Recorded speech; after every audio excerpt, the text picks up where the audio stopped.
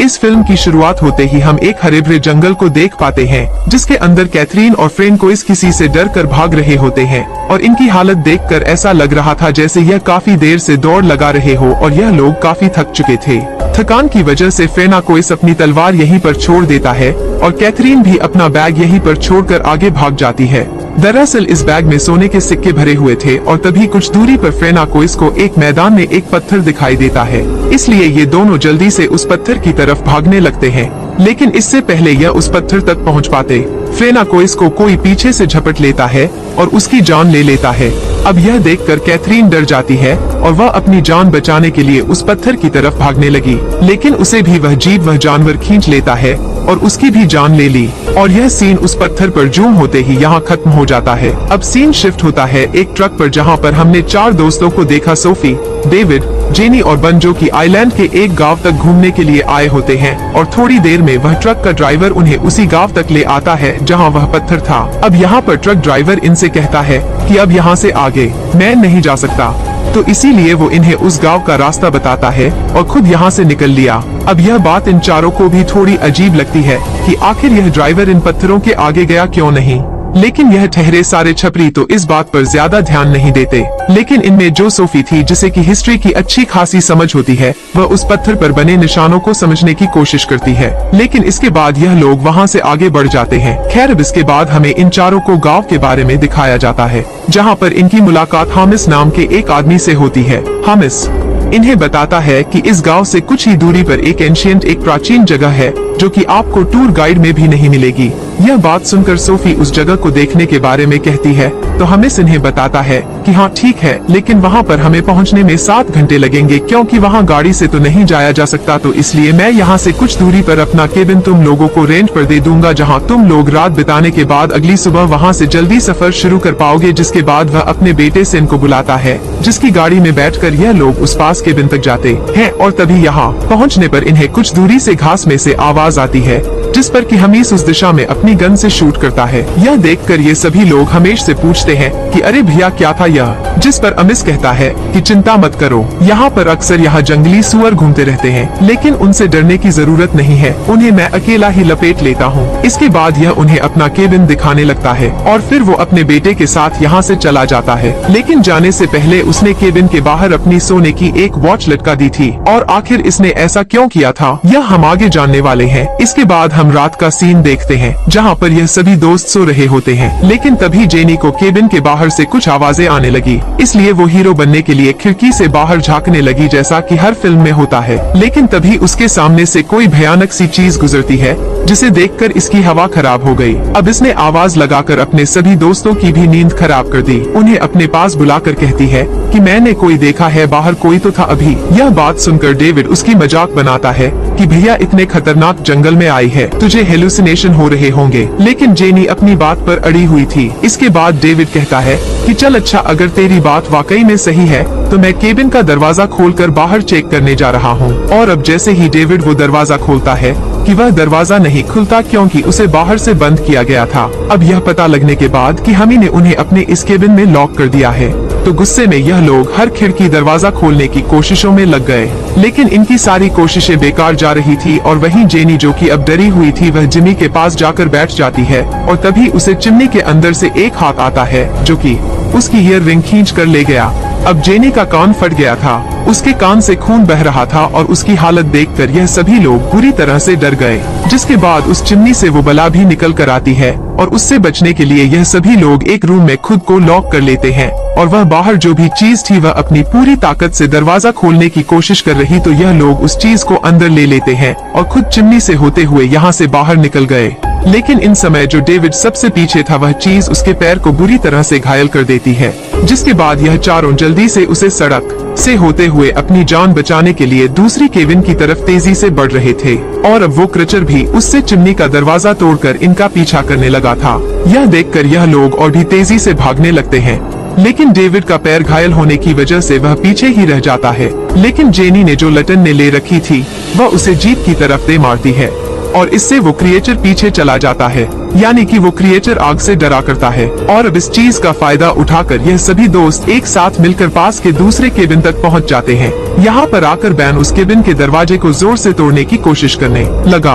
अब इससे वह दरवाजा तो नहीं टूटता, लेकिन उसके ऊपर रखी चाबी नीचे गिर जाती है और अब इस चाबी से दरवाजे को खोलकर बैन अपने बाकी दोस्तों के साथ अंदर चला जाता है। अब इस केबिन में बहुत सारा सामान रखा हुआ था और यह देखकर सोफी समझ जाती है कि यह सामान भी हम जैसे बाकी टूरिस्ट का ही है, यानी कि हम ही टूरिस्ट को यहाँ इस जगह पर लाकर उस क्रिएचर से उन्हें मरवाया करता है। लेकिन वह ऐसा क्यों करता है, यह बात तो हमें आगे पता लग ही जाएगी। कि खैर अब यहाँ पर सामान के साथ एक किताब भी रखी हुई थी और इस किताब में वैसे ही निशान बने हुए थे जैसा कि गांव के बाहर रखे उस पत्थर पर है।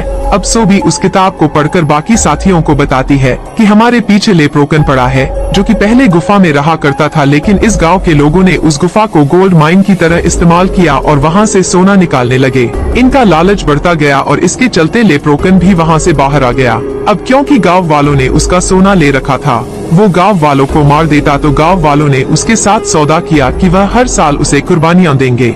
डेविड कहता है कि अच्छा आप समझा, उस हमीस ने हमें यहाँ कुर्बानियों के लिए फंसाया है। लेकिन यहाँ पर सोफी एक और बात भी बताती है कि जो लेप्रोकॉन है वो एक निर्धारित एक तय सीमा तक ही जा सकता है और यहाँ पर इन लोगों को साफ समझ आ जाता है कि जो वो पत्थर है वही उसकी लिमिट है, यानी कि वो उस पत्थर से आगे नहीं जा सकता।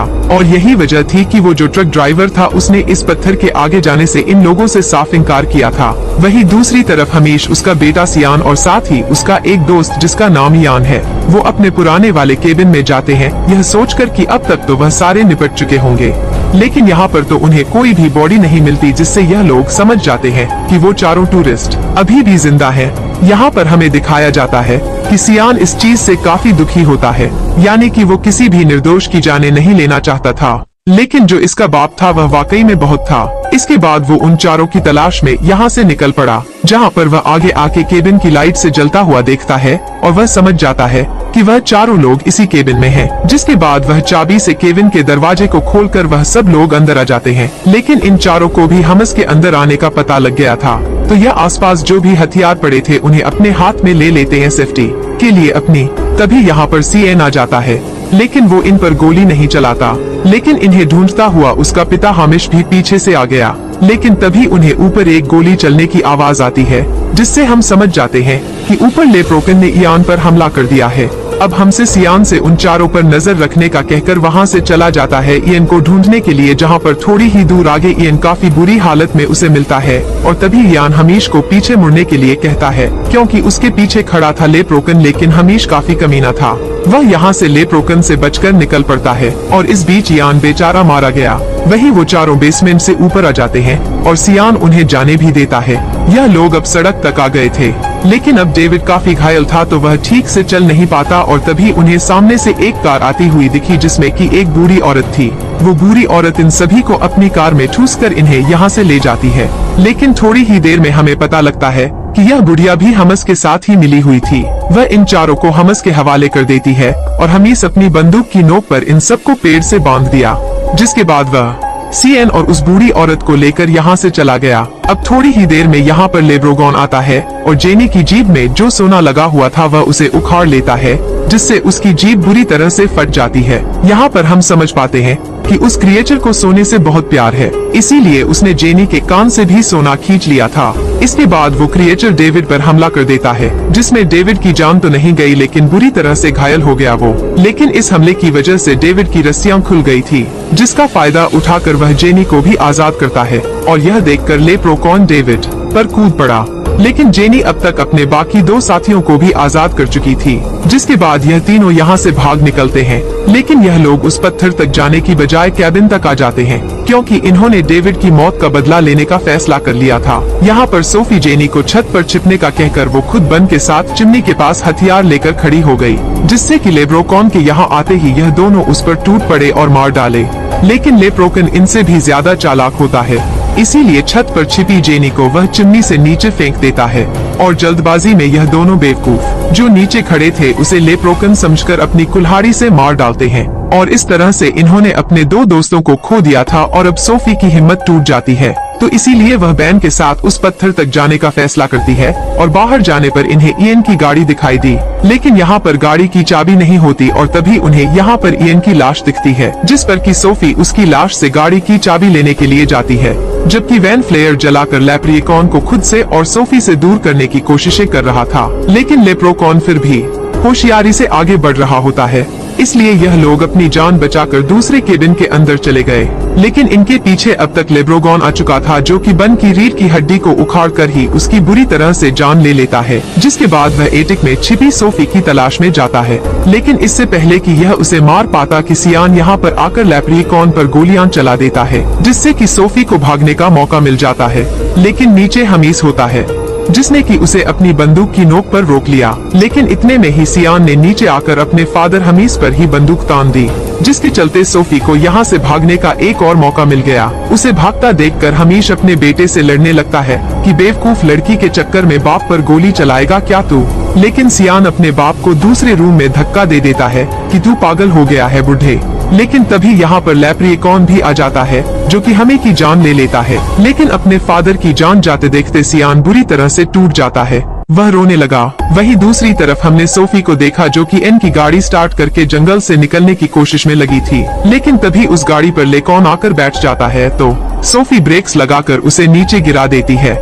लेकिन अब वो गाड़ी स्टार्ट नहीं हो रही थी, तो सोफी गाड़ी से उतरकर पैदल ही यहाँ से भागने लगी। वह लेप्रिकॉन भी उसका पीछा कर रहा था और इन सब में अब सुबह हो जाती है और अब सोफी भागते हुए उस जगह पर पहुँच जाती है जहाँ मूवी की शुरुआत में कैथरीन का वो सोने से भरा बैग गिरा था और पास ही में फ्रैंकोइस की तलवार भी पड़ी थी। अब सोफी सोने के कुछ सिक्के उस मॉन्स्टर की तरफ उछालती है, जिससे कि लेप्रिकॉन का ध्यान बढ़ जाता है और इसी मौके का फायदा उठाकर सोफी उस तलवार से उस लेप्रिकॉन की गर्दन ही अलग कर देती है। जिसके बाद मूवी के आखिरी सीन में हमने सोफी को उस पत्थर से आगे जाते हुए देखा, यानी कि यह अकेली लड़की बच गई थी। और अब इसी सीन के साथ यह फिल्म, यह कहानी यहाँ खत्म हो जाती है।